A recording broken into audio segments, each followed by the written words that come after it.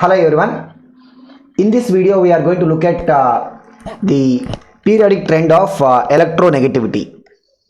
Now we will start with understanding what is the definition of electronegativity. So as per Pauling, right, electronegativity is defined as, for an atom, electronegativity is defined as the tendency of the atom to attract electrons of a bond pair towards itself when combined in a compound or say a molecule.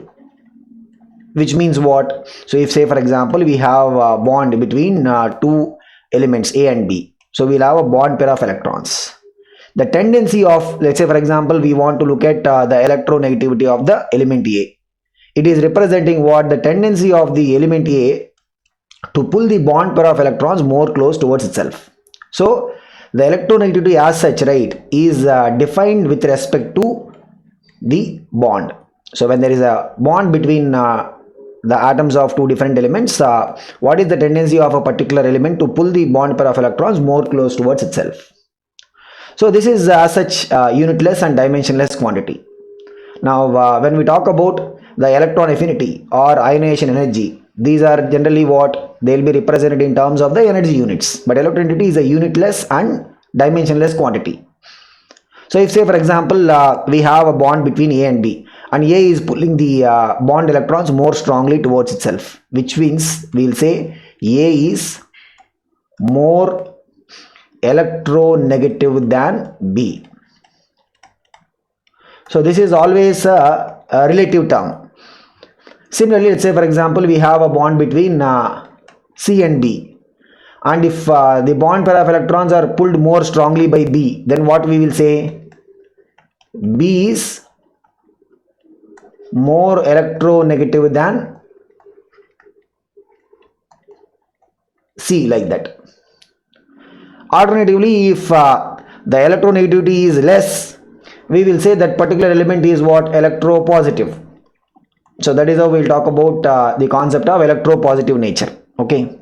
Now this is as such a relative term, but there have been different attempts to quantify this value. So it is as such a relative quantity or relative term, but there have been attempts by different scientists to quantify this. And one of the popular one is what we call as the Pauling scale. Okay. So what is a Pauling scale? It is a scale which is based on the energy calculation. So the Pauling scale is based upon the energy calculation. So how the Pauling scale will actually deal with the calculation of electronegativity. So Pauling scale will not actually give the electronegativity of a particular element. Pauling scale always gives the electronegativity difference. Pauling scale will be giving us what? It will be giving us what is the electronegativity difference between two elements. Let us say we have a bond AB. There is an element A and element B. Okay. And here when we talk about what is the electronegativity difference between these two elements, let us say we will indicate electronegativity with so this way of representing is what we call as chi. Okay. So if sometimes we can also represent it as what? X. So either we'll use a chi or X. Okay. So if you have chi A minus chi B, which is the thing, but the electronegativity difference between these two elements, that will be equal to 0.102 into root of delta AB bond. What is this delta AB bond? So we'll talk about what is this delta AB, but this formula will be when this energy, this delta AB represents what? Energy term, and this is when the delta is in terms of kilojoule per mole. Otherwise it will be 0.208 into root delta when this delta is expressed in terms of kilocalories per mole. Okay, so this is basically a conversion factor that is going to come. So here in this expression, right, chi A and chi B represent what? Chi A represents the electronegativity of the element A and chi B represents the electronegativity of the element B, like that. Okay. And what is this delta AB? It is what we call as the resonance energy of the bond AB.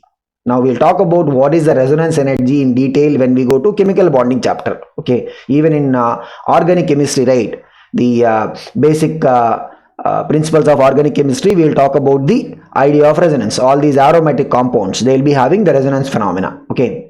But here to look at what is this resonance energy of the bond AB. So whenever we have the bond every bond will be associated with what we call as bond energy. Every bond will be associated with a bond energy. Bond energy, we can think of it as the energy required to break the bond or the energy released when the bond is formed. So how do we measure this delta? It is nothing but, so the resonance energy is always nothing but what?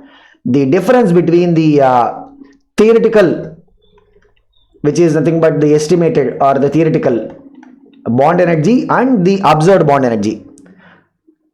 Whenever there is a resonance, then the observed bond energy will be in fact lesser than the theoretical bond energy. Okay, so the difference between these two is what we'll call as the resonance energy. Okay, and the theoretical value, right, of energy for the bond AB will be equal to root of energy of the AA bond into energy of the BB bond. Okay, so that will give us what is the theoretical value. So this is an approach as to how do we get the electronegativity difference between the two elements as per the Pauling scale.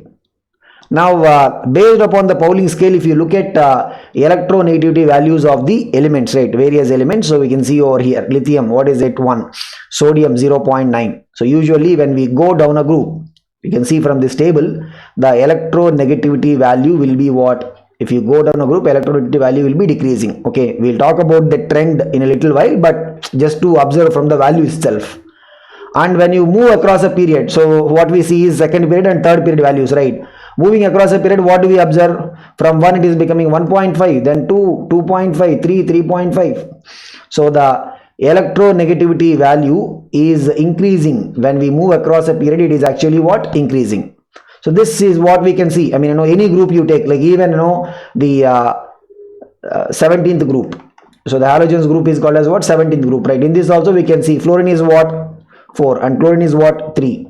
So among the elements, right, the element with the highest electronegativity is fluorine, that has got a value of 4. And we can look at in terms of the group trend also, right? So we have seen what happens across a period. So we can see clearly here or in the group, first group we are talking about. In first group, right, what do we observe? 1, 0.9, 0.8, 0.8, 0.7. We see that electronegativity, when you go down a group, it will be what? It will be decreasing. Okay. Similarly, we can see the 17th group. Fluorine is there, 4, chlorine 3.3, bromine 2.8, iodine 2.5, astatine 2.2. It will be decreasing. So whenever we go down a group, electronegativity value will be decreasing. So we'll see, I mean, what are the parameters on which. So these are the values of electronegativities based upon the Pauling scale. Okay. Now another scale that is used to measure the electronegativity is Mulliken scale. So Mulliken, he came up with an alternative approach. It's a very simple approach which is based upon the ionization energy and electron affinity values. So in this scale, right, the electronegativity of a particular element, it is straight. It is not giving it as per the relative. So here there is no concept of relative definition is not there. Here we are giving the absolute definition. We are giving the absolute definition. Look at it. What is the, for any element, electronegativity will be equal to what? Ionization energy value plus electron affinity divided by 2. Here the ionization energy value and electron affinity must be taken in terms of which unit? Electron volt per atom. And we can say simply what? It is the average, because IE plus electron affinity by 2 means what? We can say it is the average of both these values, but we have to be careful in terms of the unit. Okay. Now when we practically look at how these values are in comparison to the Pauling scale, right? Broad relation is the values that we obtain from the Mulliken scale for the electronegativity will be 2.8 times larger than the Pauling scale. What we can say? Pauling scale will be Mulliken scale value divided by 2.8. Okay, so the Mulliken scale is equal to 2.8 into Pauling scale values, or Pauling scale value is equal to what? Mulliken scale divided by 2.8. Okay, so this relation we can remember. So whenever we need to convert, right, this is the straight relation that we can use in terms of conversion. We'll go to the other one. So there is another approach which is the Allred definition. So as per the Allred scale, right, electronegativity is measured in relation to attractive force between the nucleus and the electron which is in the outermost orbit. So outermost orbit means we have to quantify it in terms of some radius, right? So we will be taking as what? The radius we will take it as the covalent radius. Okay, so look at the measurement value as per the Aldred-Roche scale, right? What is the definition of electronegativity of an element? It is 0.359 into Z effective. What is Z effective? Z effective is the effective nuclear charge on the incoming electron or the electron of the outermost orbit. Okay, so we have different approaches to calculate what is the Z effective, and the R value is covalent radius, which is in angstrom unit. So the electronegativity will be equal to what? 0.359 into Z effective divided by R square. So we have to be careful about what are the units we are talking about here. Okay, and this is going to give us the Aldred scale values. Okay, so these values, how they are related to the Pauling, because we said Pauling is the most common one, right? So the relation is this: Pauling scale value will be equal to Aldred scale plus 0.744. So we can also write it as what? The Aldred scale value is equal to what? Pauling scale value minus 0.744. Like that we can write. So this is about the three scales of electronegativity values, and we can see that the three scales will give us different, final values for the electronegativity. But the thing is, all of them will give us a similar trend in terms of how the electronegativity value will change across a group or when we move in a period. So like, when you move from left to right in a period, how the trend is going to be similar. Trend will not change. Okay, even in a group, when you go down a group, the trend will not be changing. So this is what we need to keep in mind.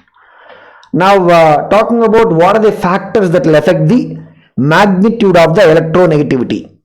So the factors that will affect the magnitude of the electronegativity, one is the atomic radius. Now what happens with the increase of the atomic radius? So we'll have nucleus, and as the atomic radius is increasing, so let us look at two scenarios. First scenario is this one. Let us say this is the outermost orbit. Second scenario is this is outermost orbit. So as we see, the outermost orbit is moving farther from the nucleus. The influence of nucleus on that electron will be what? Decreasing. The influence of nucleus on the electron will be decreasing. So the tendency to attract electron into the peripheral orbit, we also call it as what? Valence orbit or peripheral orbit. The tendency of an element to pull electrons into that valence orbit or peripheral orbit will be what? Decreasing.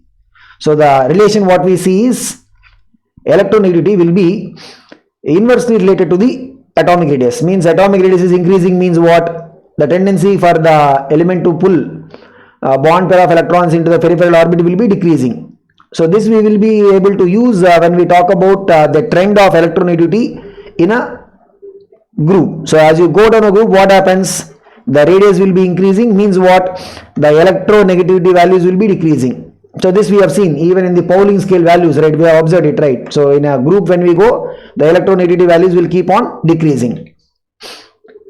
The other factor, I'll just erase some part of it so that we can see it clearly. The other factor is effective nuclear charge. So what will happen with regard to the effective nuclear charge? Now when we increase the effective nuclear charge. So what does effective nuclear charge represent? We have a nucleus, and the effect of nucleus on that peripheral orbit, that is what we will be looking at as the effective nuclear charge, isn't it? So if the effective nuclear charge is increasing, what does it mean? The peripheral orbit or any electron coming into peripheral orbit will be under more influence of nucleus. Means the electronegativity, the element will now have more tendency to pull bond electrons into the peripheral orbit. Remember, always we are using that bond electrons, because the basic definition of electronegativity is coming from where? If you have a bond between two elements A and B, what is the tendency of a particular element to pull the bond electrons? Because we will see in the definition of covalent bond, right? The assumption is that bond pair of electrons are shared between the two atoms. So we'll talk about what is the covalent bond. Already we have some understanding, but we'll talk more about it in the chemical bonding chapter. So understanding is that these bond pair of electrons are shared between the two atoms.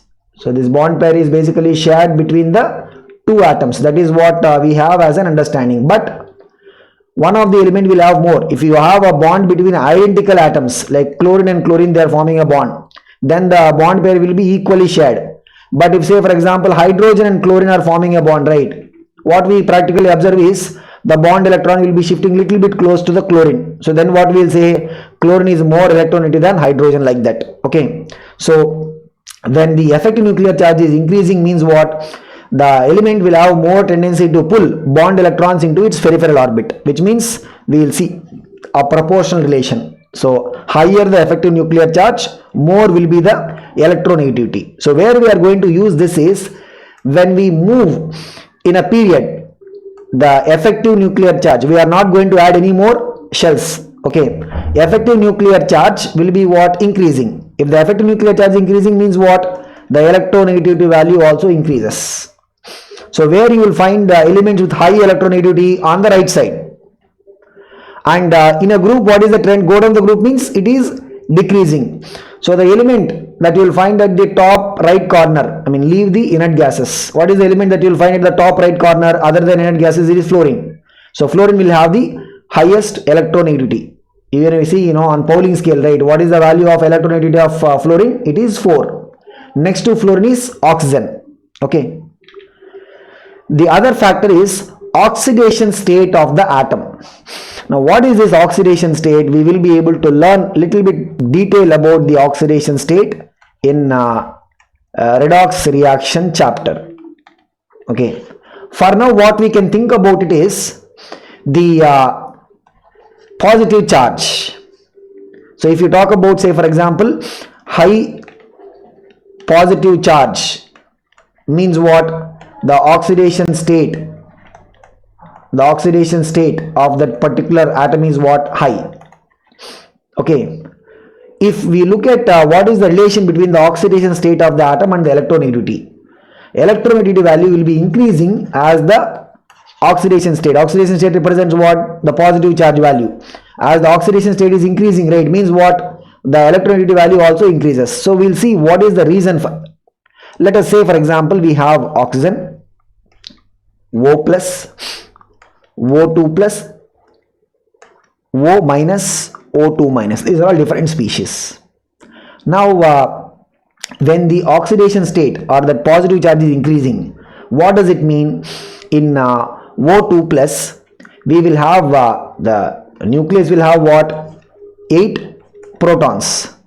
But what about the number of electrons? Because we lost 2 electrons means what, the number of electrons remaining is only 6 electrons, isn't it, total? Okay, 2 electrons will be in the first orbit and 4 will be in the second orbit. Okay, so what happens as a result of it?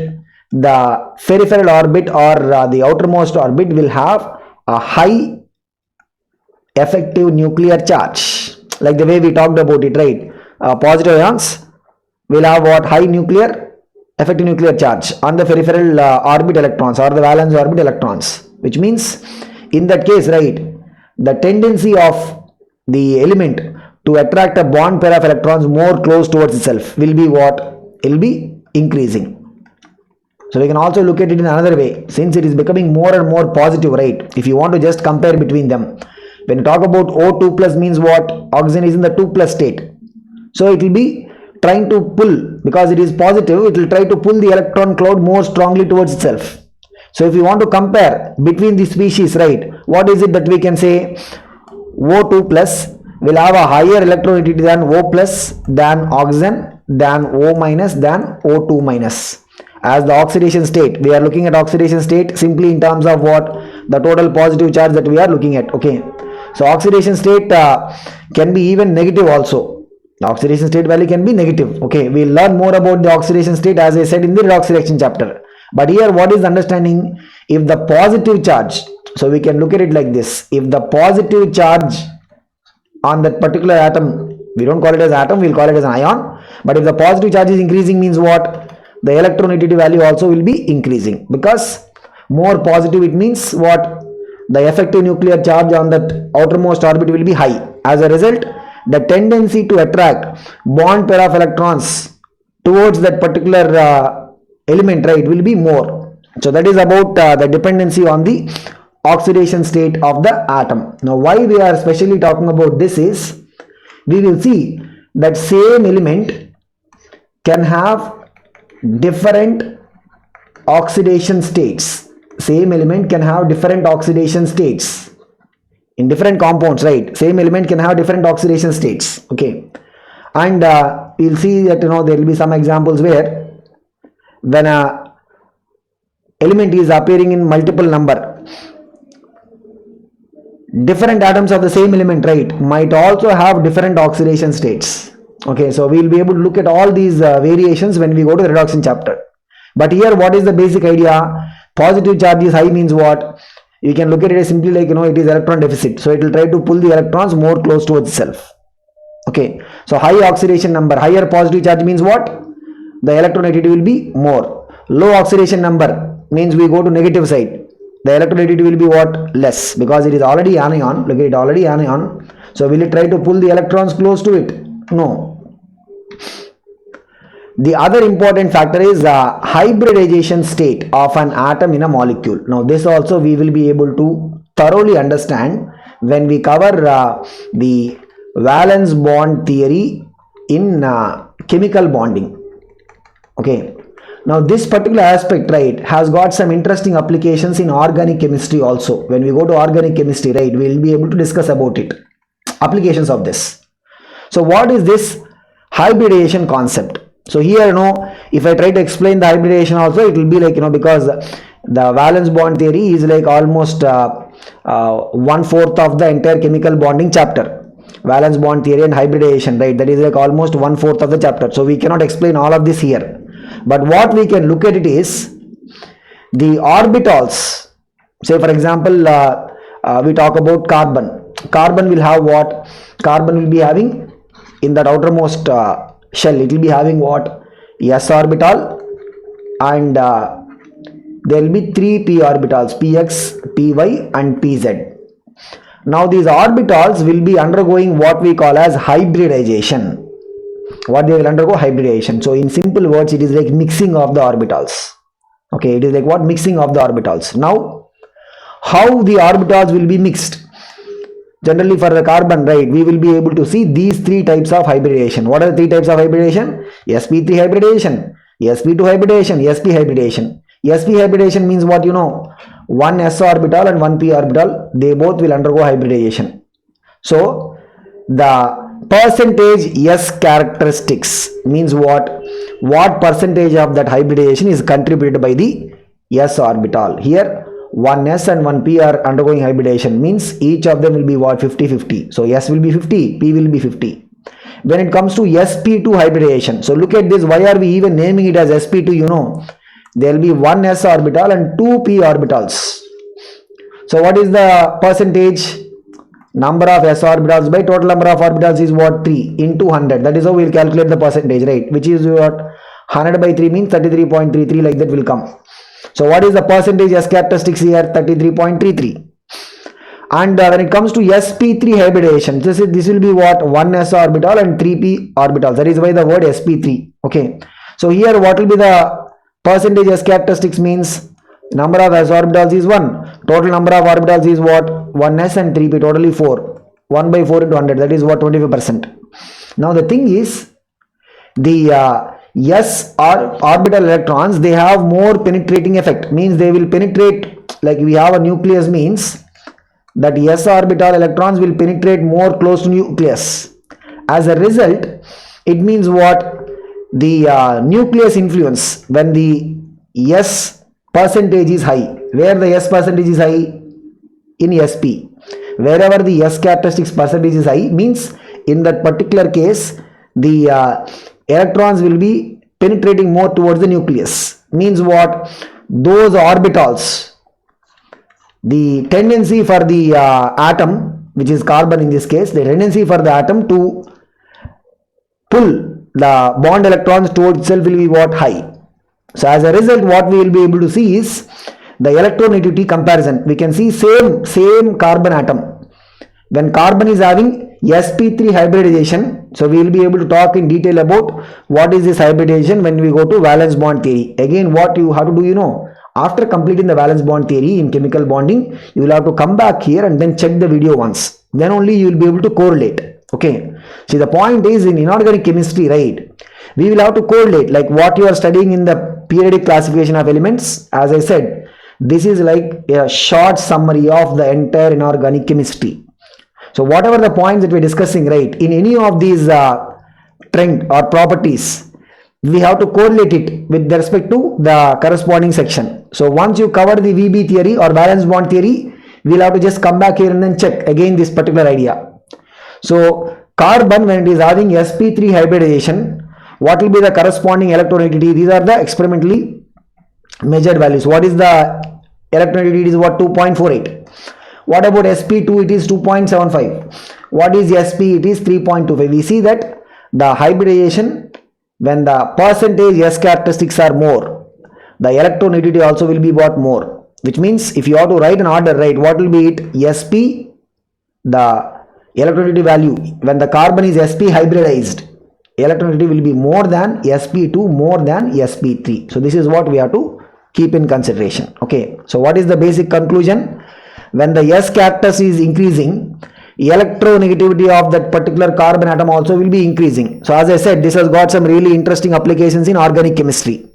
Okay, we will see that alkynes, when they have a triple bond in the last carbon, we will call them as, like say for example, acetylene. What is acetylene?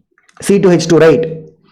It will have the hydrogens attached to, so the carbon here, right, will be an sp hybridized carbon. How we will conclude, you will be able to know once we cover the valence bond theory. But here just understand the idea. So if you have the sp carbon, the electronegativity is so high that this hydrogen can come out as H plus ion.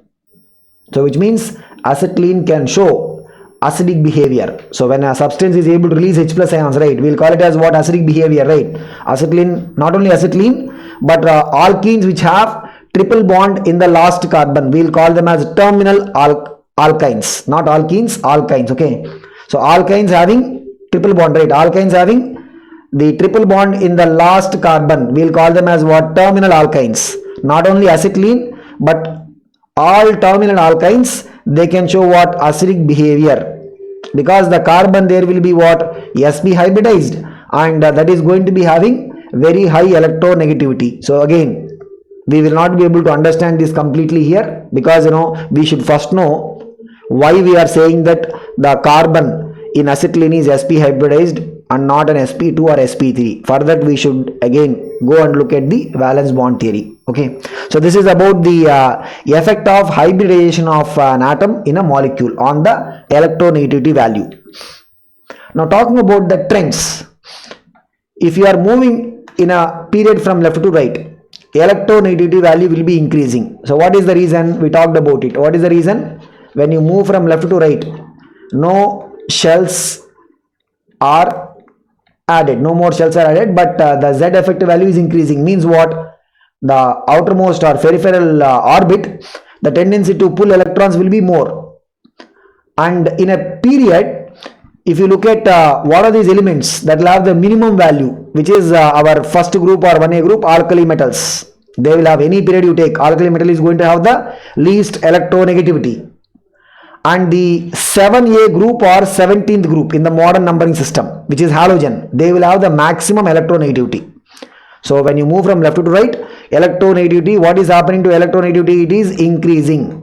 Electronegativity is what? Increasing. So where you will find least on the left side, highest on the right side. Okay.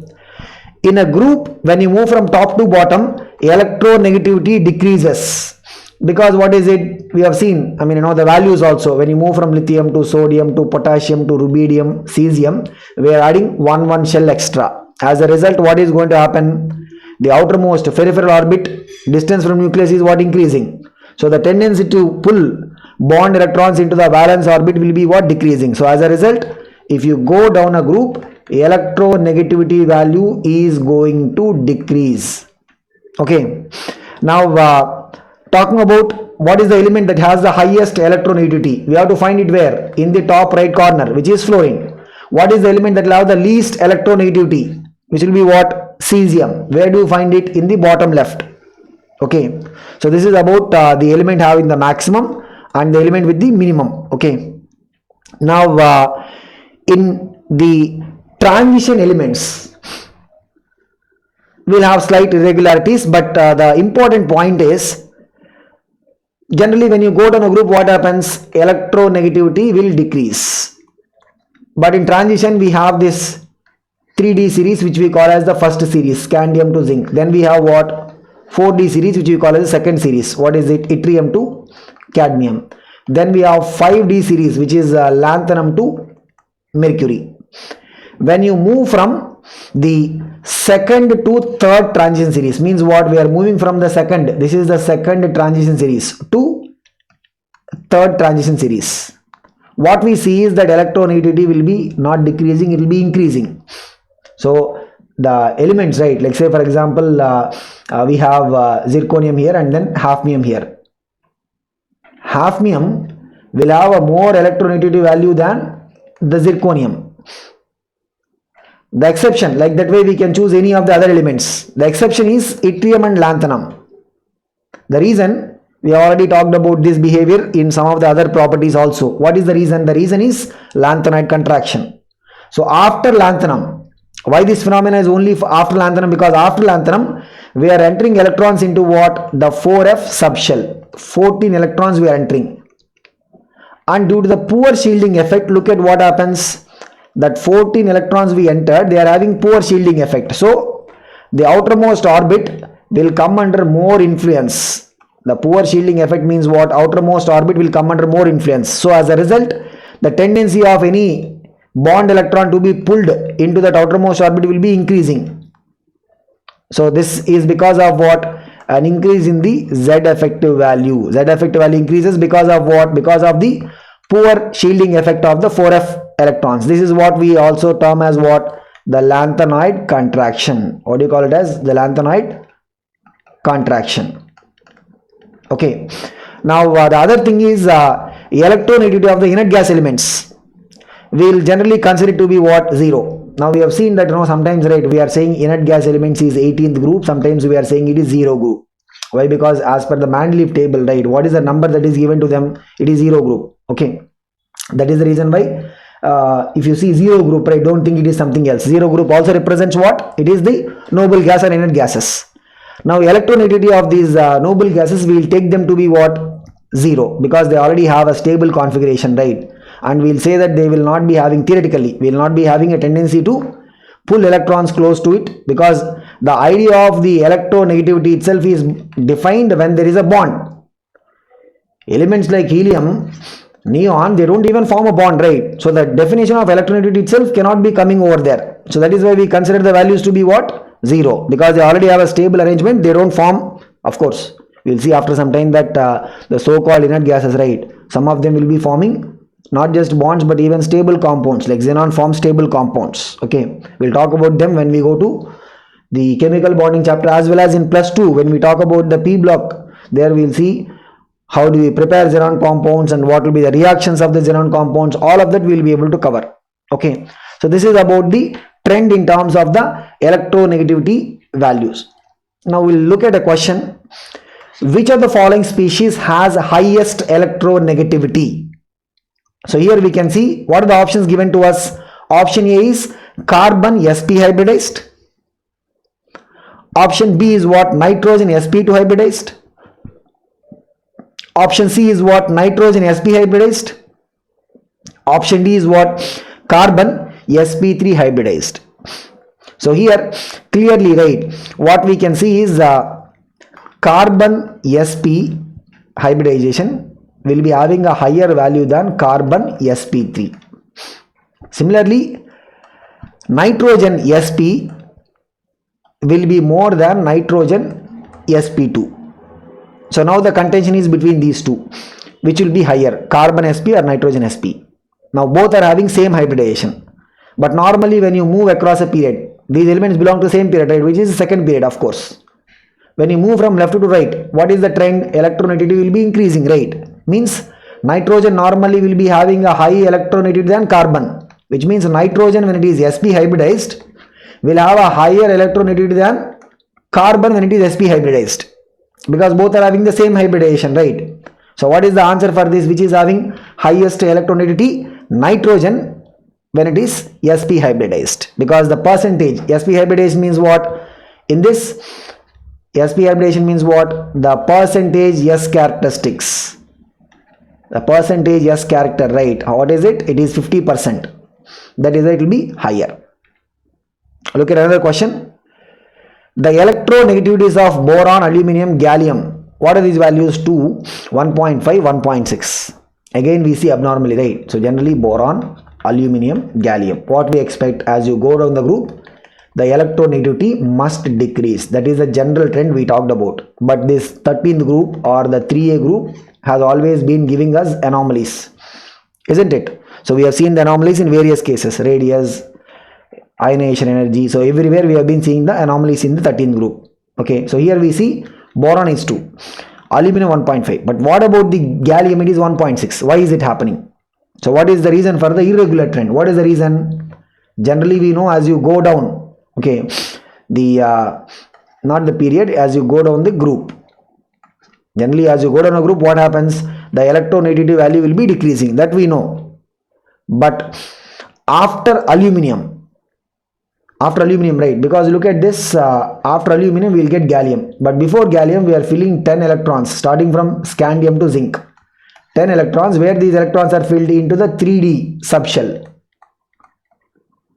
Again, the poor shielding effect of the d electrons, the d electrons that we are filling, right, before we come to gallium, the poor shielding effect of d electrons will mean what? The effective nuclear charge will be increasing so much that the peripheral orbit will come almost close to the gallium case. What is the outermost orbit? It is the 4th orbit. So we have talked about it in the radius also. We said, the radius will be coming almost as close to the 3rd orbit of that aluminum. That is the reason why the radius of aluminum, right, is almost comparable to what? The radius of gallium. Okay, we talked about it in the radius trend. But here what happens is, because of this increasing in the effective nuclear charge, what happens is the gallium case, the 3D level electrons, we have 10 electrons, but their shielding effect is poor, which means what? The outermost orbit will be under greater effective nuclear charge. So the tendency to pull bond electrons into the outermost orbit will be increasing. It will be increasing more than aluminum. So that is the reason why we see that the electronegativity of gallium will be in fact higher than that of the aluminum. Okay, so this is the exception in terms of the group trend, because generally when you go down a group, what happens? The electronegativity value will be decreasing. But here we see that when we move from aluminum to gallium, right, what are we observing? The electronegativity is in fact increasing. Now we already talked about it. Why this kind of anomaly is only coming in the aluminum gallium case? Because we are just completing that filling of 10d electrons and then moving into gallium. As you go further, right, in that period, the effect will not become that much prominent. Okay, this is about the anomaly in the 13th group in terms of the electronegativity. Okay, now electronegativity, right, is a property that has got some really interesting applications, starting with the definition of metallic and non-metallic nature. So metallic nature means what? The ability of an element to lose electrons, isn't it? So metallic nature will be decreasing as the electronegativity will be increasing. Means what? Look at it. Electronegativity increasing means what? It is a tendency to gain electrons. It is a tendency to what? Gain electrons, isn't it? So if you say that there is a bond AB and electronegativity of A is more, means what? A is pulling electrons towards itself, which means what? The nature is becoming more non-metallic. So electronegativity high means what? It is non-metallic nature. Electronegativity low means what? It is metallic nature. Electronegativity high means what? Non-metal. Electronegativity less means what? Metallic nature. When you move from left to right, what happens? Electronegativity is increasing, right? Means what? We will be moving from the metallic nature to the non-metallic nature. So what we can say, when you move from left to right, metallic character decreases. So here we are only talking about, because if you talk about one characteristic means other will be just reciprocal 10. So what we say when you move from left to right, we can say metallic nature or metallic characteristics decreases, otherwise non-metal nature increases, isn't it? Either we will say metallic nature is decreasing, otherwise we can say non-metal nature is increasing.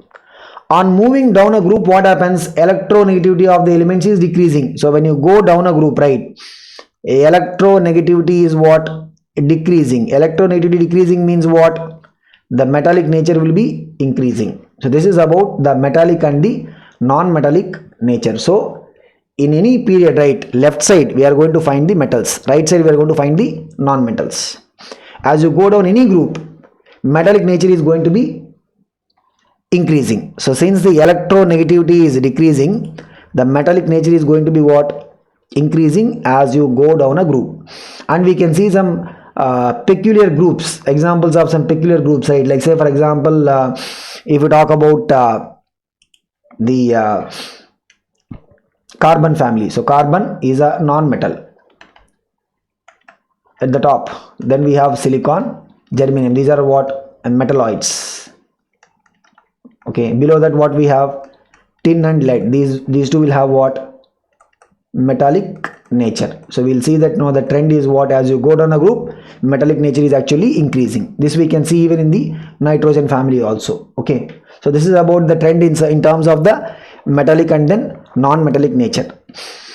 Now the electronegativity rate is also useful in finding the partial ionic character that is there in a covalent bond, because when we talk about the bonds, right, we will talk about generally the two extremes. One is the covalent bond, which is happening because of sharing. The other extreme is the ionic bond or electrovalent bond. So these are the two extremes we will talk about: covalent bond and ionic bond or electrovalent bond. These are the two extremes. But practically, you know what happens? We will see that the bonds will have a percentage character of both covalent as well as ionic. So the so-called covalent bonds, right, if you talk about the bond between hydrogen chlorine, it will not be like 100% pure covalent. It will have percentage ionic characteristics. Okay, so we'll talk more about it in the chemical bonding, but here we'll just look at what is the relation between the electronegativity and the partial ionic character of a covalent bond. So the ionic character of a covalent bond, right, will be increasing when the electronegativity difference between the bond atoms is increasing. So if you look at the formula that is given by Hannes-Smith, right, what is the formula? The electronegativity difference between the atoms, let us say, is delta X in a particular bond. Then the ionic characteristics percentage is given by what? 16 into delta X. This is the formula we can remember. What is the formula? 16 into delta X plus 3.5 into delta X the square. This will give us what? The percentage ionic characteristics. In any covalent bond, the electronegativity difference between the two atoms is increasing means what? When you can look at the formula, right? When you increase delta X, we can see the formula and tell what happens. If delta X is increasing means what? The percentage ionic characteristics also will be increasing. That's simple. Okay. So if you see a value of delta X which is close to 1.7, when you substitute the value and check it, right, the percentage ionic characteristics will be coming close to what? 50. How do we do it? We'll just have to substitute 16 into 1.7 plus 3.5 into 1.7 the square. And when we calculate, right, the value will be coming close to what? 50. And if you take any bond, for example, we are considering here the hydrogen halogen bond. Okay. So HF, HCl, HBr, HI. Now fluorine, chlorine, bromine, iodine.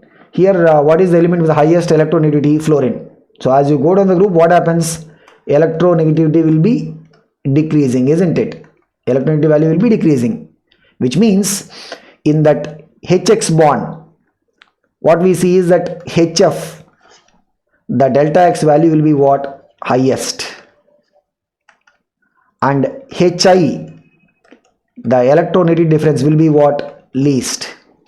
So as a result, what we see, the percentage ionic characteristics also will be in the same order. Wherever the delta X is more, that bond will be more ionic in terms of nature. Okay, so we can see, like, now what will be the order? HF will be more ionic than HCl, which will be more ionic than HBr than HI.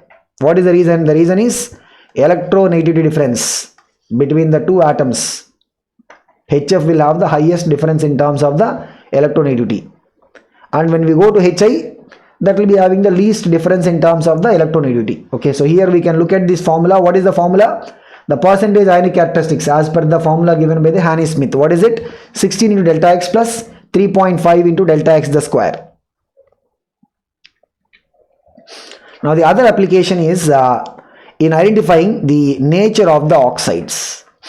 Okay, so generally what we'll say is metal oxides are basic. This is a broad statement, and non-metal oxides are what? Acidic. This is the broad statement that we will give. Okay, so if you look at the nature of the oxides, right, the acidic or basic properties of metal oxides, we can predict it. So how will we be able to predict it? If the delta X value is increasing, what does it mean? The acidic strength of the oxides will be decreasing, which means what? When the delta X is more, electronegativity difference is more. Okay, electronegativity difference is more. Difference between what? Difference between the particular element and oxygen, between these two. When the electronegativity difference is more, which means what? The acidic nature or acidic strength of the oxides will be decreasing. Otherwise, what we can say? We can say that the basic nature will be what?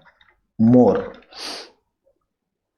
When the electronegativity difference is less, means, you know, the M is becoming closer and closer towards the oxygen in terms of electronegativity value.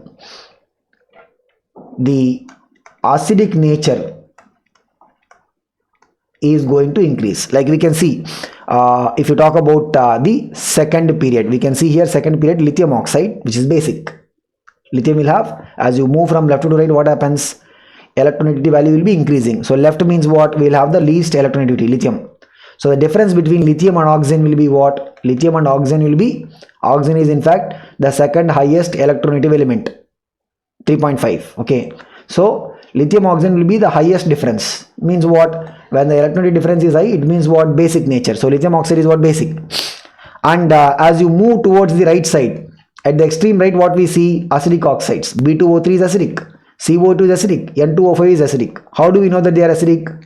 Acidic oxides, when we dissolve them in water, they will be forming acids. Like say for example, the CO2, right? What does CO2 form? When you dissolve this in water, it will be forming carbonic acid, which is of course a weak acid. N2O5, when you dissolve this in water, it will be forming what? Nitric acid, HNO3, like that. Okay, so they will be forming, and lithium oxide, when you dissolve in water, it will be forming what? Lithium hydroxide, which will be basic in nature. Okay, now similarly the third period, if you look at the third period, right, understand what are the elements that we have? Sodium, magnesium. These oxides are what? They will have a least electronegativity, right? Left side will have least electronegativity values. Means the sodium oxygen difference will be in fact the highest. When the delta X is high, means what? Basic nature is more. Okay, as you move towards the right side, what you see? From basic nature, we are moving across the amphoteric. What is amphoteric? Amphoteric means what?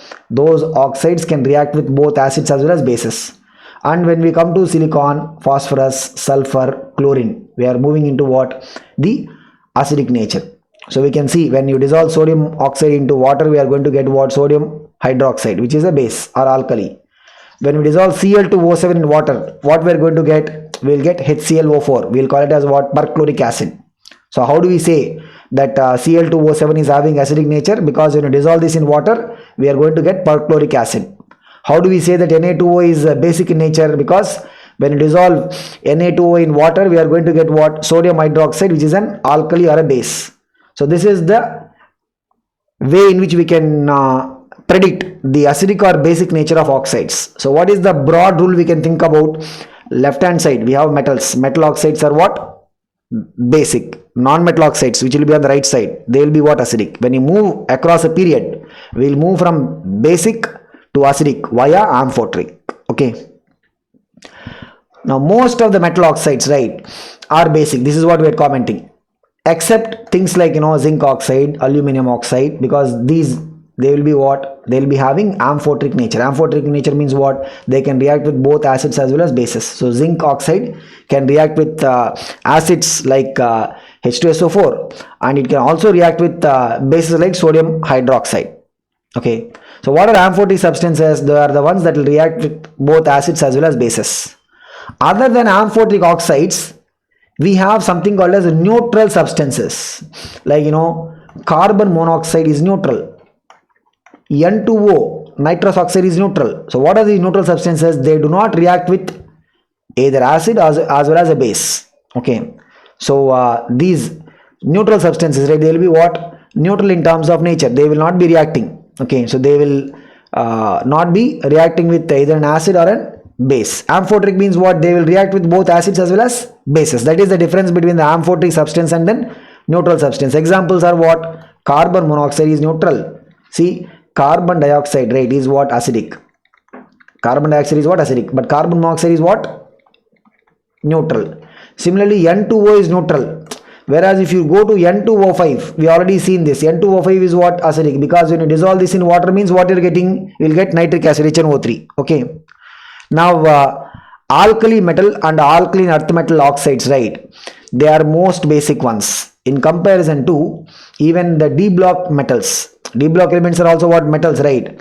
But the basic nature will be more for the alkali metals and alkaline earth metals. Okay, so that is why we consider them to be what? Strong metals.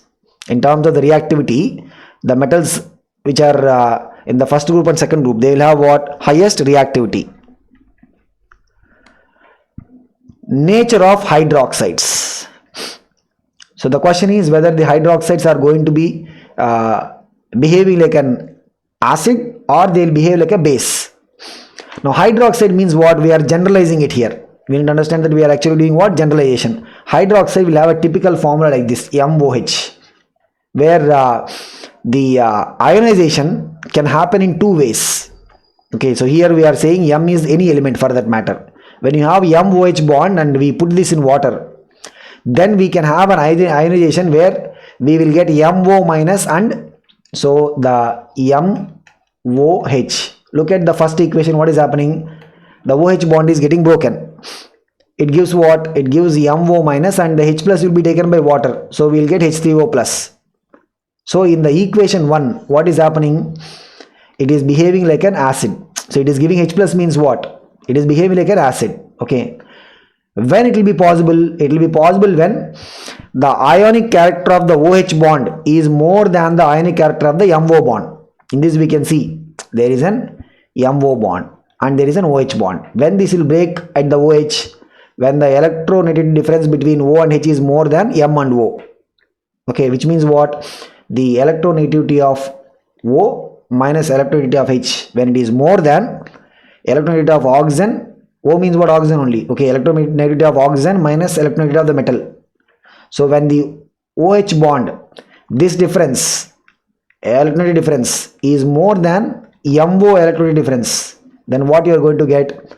The H is going to come out as H plus, means the particular hydroxide is going to behave like an acid. So we can just remember it. What is it? When the electronegativity difference between oxygen and hydrogen is more than the electronegativity difference between oxygen and metal. This is when the hydroxide formula we are writing, MOH type, will be behaving like an acid, because the bond will break here when you dissolve this in water. What about the second situation? Look at the second equation. MOH, here you can see what is happening. The water is giving H plus. The water is giving an H plus. Thereby, the MOH is not acting like an acid here, it is acting like a base. Because in the acid base theories, right, what we will be able to say is that the substance which accepts proton or H plus will be a base. The substance which releases proton. Any substance which releases proton, we will call it as what? Acid. Which accepts proton, we will call it as what? Base. Okay, now as per the second equation, look at what is happening. Here the MOH is not acting as an acid, it is acting as a base by accepting. So in the first equation, it is the acidic type of equation. Second equation is what? Basic behavior. Okay, now when this is going to come, it will be coming when the electronegativity difference between the oxygen and M bond is more than the oxygen and H. So here the OH bond will not break.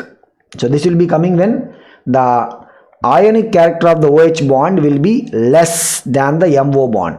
Okay, so which means what? The X OH value, if it is less than the difference between the electronegativity of oxygen and electronegativity of hydrogen, the difference is less than electronegativity of oxygen and electronegativity of metal. In this case, what is going to happen? The hydroxide, MOH type hydroxide, is going to behave like what? It is going to behave like a base. So this is the fundamental difference that we need to understand. So when oxygen hydrogen bond, the electronegativity difference is more than the oxygen and the M bond. M represents the element here. It means what? Is the first case. Oxygen hydrogen bond is more than, difference is more than oxygen M bond, acidic nature. The OH bond will undergo cleavage, so it will be able to give H plus ion, means acidic nature. But if oxygen hydrogen electronegativity difference is less than the oxygen and metal, means here the OH bond will not cleavage. So in fact it will be able to accept proton. So this will be representing what? It will represent a basic behavior. So this is how we will be able to conclude the nature of the hydroxides, whether they will be able to act as an acid or they will be able to act as a base. Now we can understand this with this particular example. So look at it here. We have cesium, oxygen, hydrogen.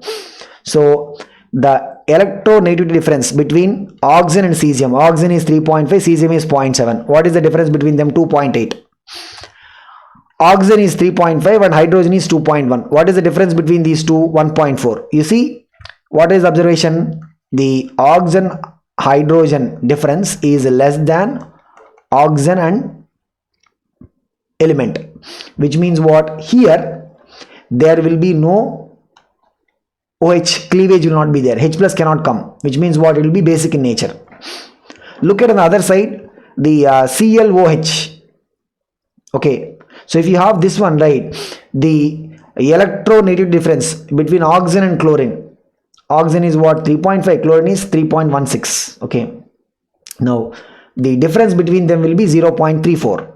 What is the difference between them? It will be 0.34. What about the oxygen hydrogen? That is always fixed, 1.4.